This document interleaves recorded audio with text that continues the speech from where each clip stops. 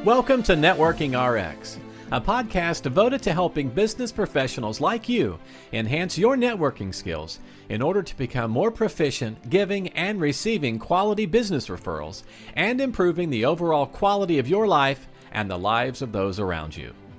The Networking RX podcast is a production of AmSpirit Business Connections, an organization whose mission is to empower business success through networking.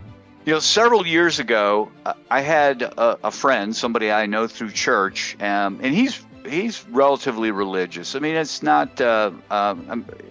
he's not over the top, but I'm Catholic, he's Catholic. He knows what Sunday is associated with which saint, right? All I know is that the Bears play the Packers, and I better get to church if I want to watch the game. That's. I call myself a B minus Catholic, but at any rate, he was interacting with me in business and saw all my work in AmSpirit Business Connections and the things I post up and the things I talk about, and he just told me, he said, "Man, you are just like a stealth evangelist." I mean, what do you mean by that, Jim? He said, "Well, everything you say just really it harkens back to things that are in the Bible." It was all an accident, I guess, but that's how he looked at me, and for me, that was high praise. I thought it was really kind of neat. Today, I have a guest. Today, I have Stephen Harris on here, and he's a Christian entrepreneur, and that's not necessarily. Some people might be uncomfortable with that. So what? I think it's great, but he uses his professional networking experience to become a super connector. And his daily routine includes passing referrals to others, helping entrepreneurs grow their businesses without any expectation to be paid or anything in return. And that's really how it works. But we met 3 or 4 weeks ago, and the primary core value at SRH Business Resources Marketplace is a Bible verse, and he shared it with me. Let each of you not only look not only to his own interest, but also to the interest of others. Philippians 2:4, I believe. Correct? Did I get that right? That's right. All Yes. right. Welcome to the program. Thank you. I appreciate the opportunity. I think it's very unique. As I indicated in the opening, I think you have more of an intentional approach to, hey, I'm a Christian and I'm going to do these things, whereas I just kind of, I'm the gardener out there who doesn't really know what he's doing, but just happens to do okay. And you're the gardener out there who knows exactly what you're doing. So, well, in some cases that's true in some respect. But as a Christian, I try to submit my will to God's will, and that means I don't always know what I'm doing, because he's always testing my comfort zone. So I get tested and moved outside of my comfort zone all the time into areas that I don't have any clue about. But when it comes to evangelism and having spiritual conversations like you were talking about, I'm pretty good at that. I've only through lots of practice. Right.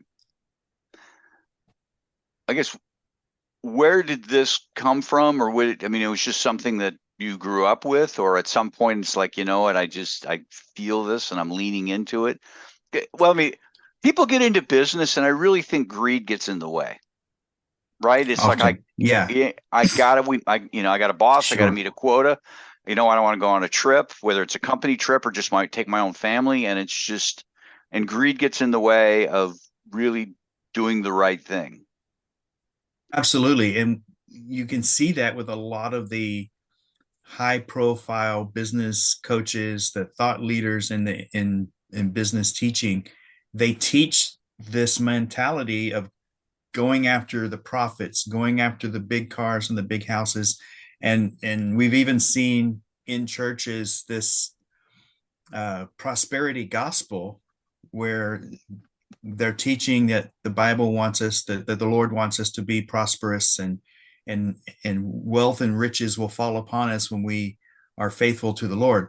It's not at all what the Bible teaches. Yeah. And in fact, the Bible teaches that we will have many struggles, and some may be called to prosperity, but others may be called to poverty. We are whatever the Lord has in store for us as followers of Christ. That's the path we're supposed to take. It's not always a prosperity path.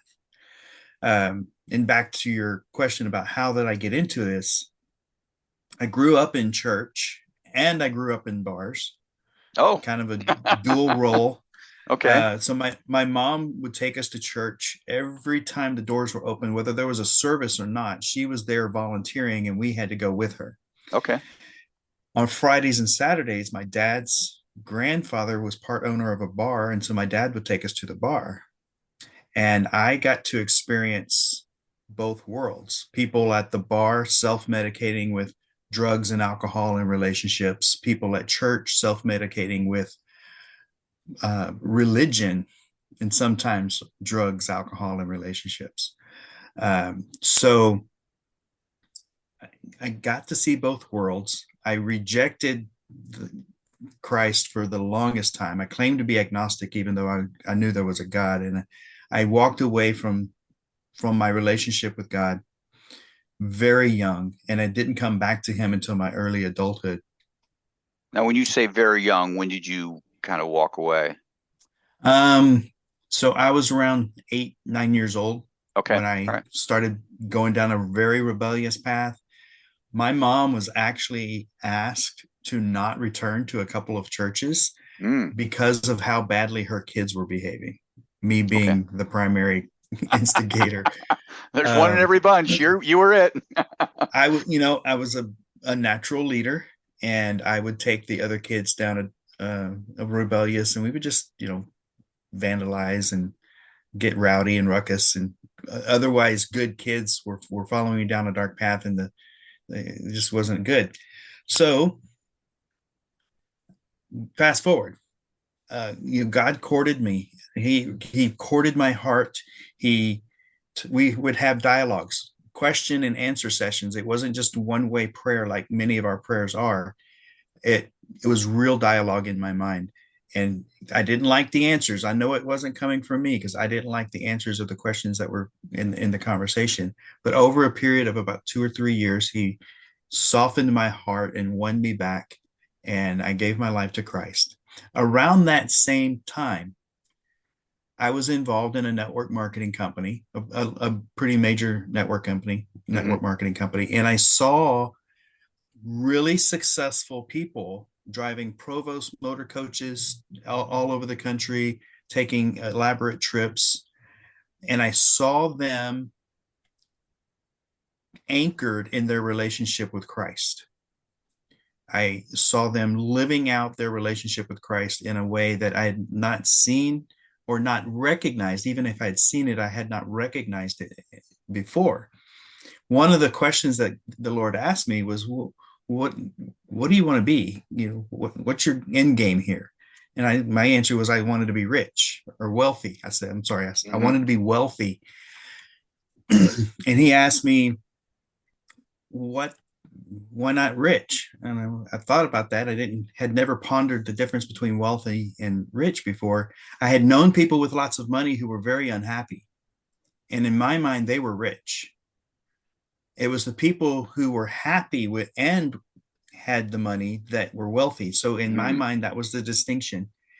And then He asked me this very pointed question: what makes the wealthy people happy? And I pondered that one, and I did not like the answer, because I recognized that the people who had joy, real joy and happiness in their life, also had a relationship with Christ. And so in my mind, that's what solidified happiness with prosperity, regardless of your financial status. Happiness and joy and prosperity was directly linked to Christ. In that same network marketing company, I learned a principle: I can't succeed unless I help enough other people succeed. And that stuck with me. And this experience was 30 years ago now, because I just hit 50 in November. And when I decided to start another side hustle, I'm one of those side hustle guys. I decided to start another side hustle. I wanted to carry that principle into it. And that Bible verse stood out to me. And it says basically the same thing. Look not after only your own interest, but also the interest of others. I can't succeed unless I help other people succeed. It's a Zig Ziglar. Yes. It's yeah. So anyhow, go ahead. I'm sorry. No, it's fine. That's Zig Ziglar was inspirational. He was transformative in my life. Now, was he rooted in Christ as well? I don't know. Zig was a Christian. Yeah. Okay. Yeah. I mean, I'm not surprised at all. I mean, I think there's a correlation between all these things, to be honest. Yeah. And so that's my business journey. My evangelism journey is kind of parallel. Obviously, there's a lot of things that happened that shaped both. I love public speaking. I've never been afraid of knocking on doors and talking to people. Even as a young child, I would do that, selling all the stuff that schools sell, and did pretty well in sales. So in that network marketing journey that I had as in my young adulthood, I love talking to people. And as my relationship with Christ grew deeper, and I started recognizing that we all, as Christ followers, we all have the responsibility of sharing the gospel. It's one of the first things he said is, I will make you fishers of men. And the last thing he said on the Mount of Transfiguration is, go to all the nations and spread the good news. So I took that personally, and I take that mantle into my daily walk. When I'm having a conversation with somebody on a networking call, I almost always turn the conversation spiritual, and I've learned to do it in such a way that they don't get defensive. I'm not hurting anyone's feelings, and they're receptive to then hear my story after I listen to their story. And it's effective. No, well, obviously you're on the show because we talked, and I, not that you weren't interesting before that, but it was a lot of what you said before we kind of made that shift in our conversation was, okay, I've heard this all before, right? I mean, you're out there, you're making it happen. Well, there's a lot of people out there making it happen. And I try to get unique stories on here. And at that moment, it's like, okay, this is unique. This is something different that I wanted to explore. Yeah, no, thank you for making the time. I read a couple of books years ago, The Millionaire Next Door, and then he had a follow-up book, The Millionaire Mindset. And he doesn't talk a lot about religion in there, but one of the hallmarks in the second book, the Millionaire Mindset, was family, and that people who were in the Millionaire Mindset, he did it the center of his research was on decamillionaires, 10 million and above. People had 10 million and above net worth, and family was a huge thing. And the one phrase he used in The Millionaire Next Door was "big hat, no cattle." People who have the pretenses, but they really don't have anything. I'm a born and raised diehard Texan, so I understand that.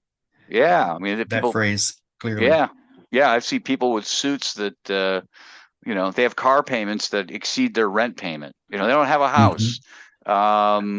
And they're just, like you said, I don't know, I can't say they're medicating on alcohol and drugs or relationships, but they're certainly medicating on pretenses and, hey, look at this, which in many ways, and we see that a lot with social media, where people get on social media and it's the hey, look at me thing. Peter Sage calls it goop. They're stuck in the goop because they're looking for the good opinions of other people. And if that's our motivation, then we're already lost, because as Christ followers, we are supposed to perform for an audience of one, and that's him. Yeah. And all he wants is our obedience. He doesn't, our actions, our works, as scripture calls it, our works come out of, as a result of our relationship with him. Our actions and our works do not improve or harm our relationship with him. It's a result, not a cause. Right. So you're a giver. You're always looking to help people, not looking for anything in return. How do you get that mindset going? Because I know that troubles a lot of people. Even my friend who called me the stealth evangelist, he said, I just can't see how you do that. I can't see how you can focus on other people like that. I'm always just kind of like, what I need. How can you get out of that? I have my answer. I certainly want your answer. Yeah, I think it's a matter of faith, and I don't say that judgmentally, because we all start off with no faith, and then we have a little faith, and then our faith over time will grow. And so I've had experiences in my life where we've had to trust God. One example just came to mind this week in a conversation. When we were young, in our early 20s with young kids, and we were broke.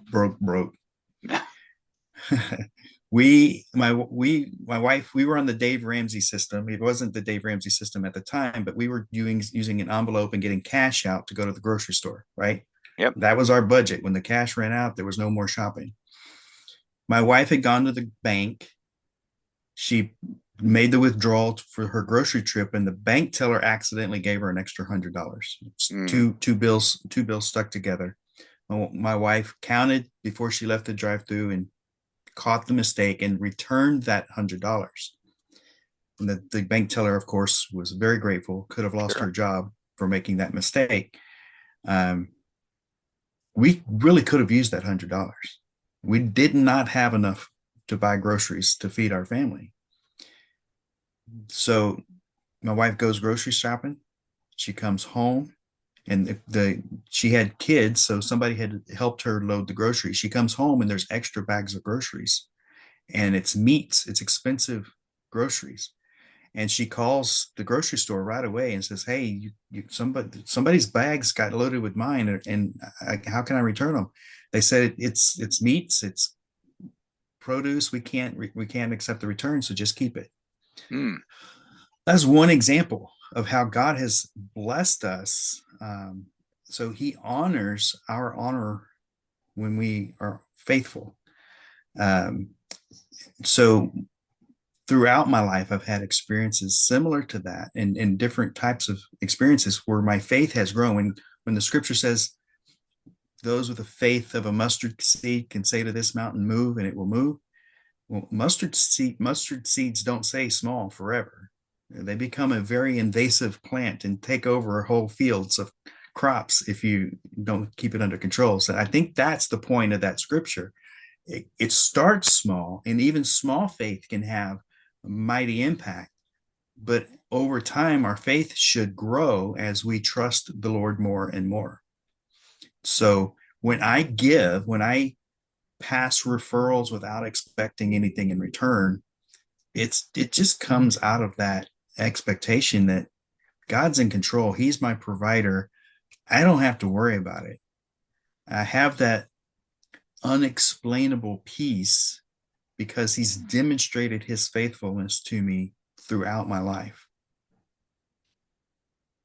Do you ever, well, let me just put it this way. From time to time, I grow exhausted. Not often, but from time to time, right? And it's like, what am I doing? What am I doing? I should be charging for this, and it's not a constant thing, but there are just moments. Does that ever rear its head in your life? All the time. Okay, good. Thank you. I'm normal. I mentioned I started this business as a side hustle. Yeah. I had a full-time job, a well-paying full-time job with a global enterprise tech company. And in August of 22, I got laid off. Okay, no big deal. We got a severance. I had plenty of savings. My wife and I are good savers. And then I picked up another job in January 23. So for most of 2023, I had another job. I took that opportunity to pull back my business, rebrand and relaunch a new website and everything. But in November, I lost that job. So my side hustle became my full-time gig. And it wasn't making a lot of money. It wasn't enough to cover the bills. So I had to, well, first of all, 2 layoffs in 18 months. That's a big blow to your ego. Yeah. And quite frankly, my self-confidence took a big blow as well. So I had to, pray diligently and just call upon the Lord to be my strength when I didn't have it of my own. Interesting. So, well, that's a good segue for us to, I guess, shift gears. Let's talk about your business. You do lots for other people. What's SRH Business Resources Marketplace? How can people help? How can they get a hold of you? sure. The easiest way to get a hold of me is Alignable or LinkedIn. I'm easy to find. It's Stephen with a V, R. Harris, Stephen R. Harris on both platforms. I'm uh, I'm posting regularly so they can see what I'm doing, the services that I promote that I do get paid for. Those are always on there. And I love one-on-one conversations. I do a lot of virtual networking events. I do a lot of in-person networking events, but I'm diligent about scheduling those one-on-ones afterwards. So if somebody reaches out for me and asks to meet, the answer is yes. Good for you. Good for you. What are some of the things that you get paid for that you're some of the services? Yeah, so I carefully curated and vetted the companies that I market for officially. They have to also follow those Christian principles. If they're not overtly Christian, they have to at least have Christian principles at their core.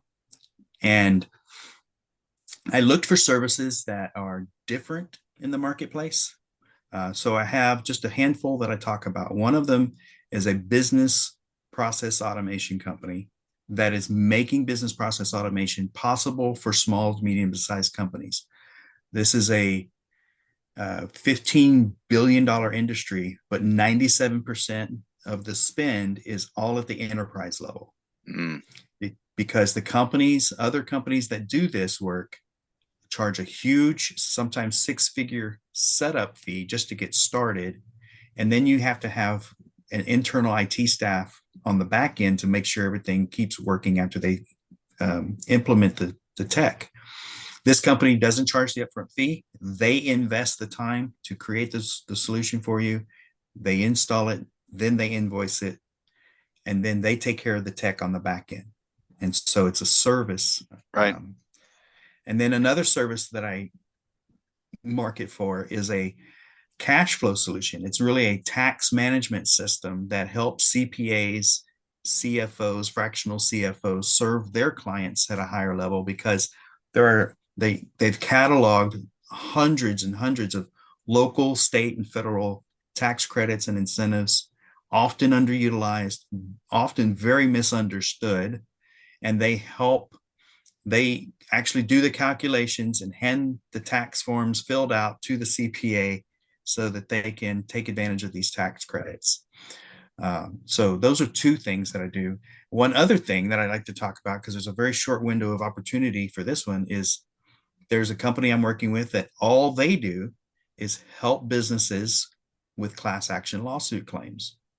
Very interesting concept, but most people, especially business owners, don't bother with class action lawsuit claims. We've all heard that you may get $100, even $1,000. If you're running a company, $1,000 is an incentive to spend your time Right. or resources towards it. Well, there's a class action happening right now. It's already settled and it's claim time. You've got to file your claim. That's going to recover hundreds of thousands of dollars for companies. And so that's one of them. On my website, you can see more details about that one. But there's a short window of opportunity on that one because you've got to file your claims. Originally, the deadline was May 31st, but we're hearing that we may have until August 31st to file those claims. Right. But businesses who don't file won't get anything. Okay. And this is their money. They were cheated out of money. This is their money that's due to them. They just got to claim it. Sounds good.